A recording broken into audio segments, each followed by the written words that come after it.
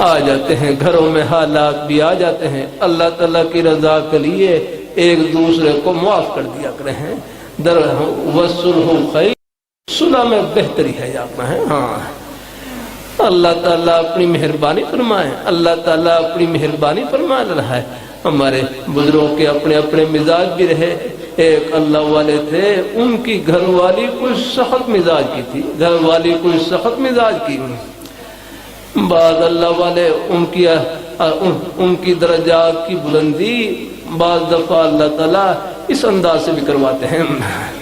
گھر والی سخت مزاج کی، بڑی سخت باتیں کرتی، تو اللہ والوں کے حوصلے بڑے اونچے ہوتے ہیں۔ وہ اپنی گھر والی کو کہتے ہیں آپ جتنی مرضی کڑوی باتیں کریں، میں ان کو لڈو اور گلاب جامن سمجھوں گا، اور لگاؤ زور جتنا لگانا آپ نے۔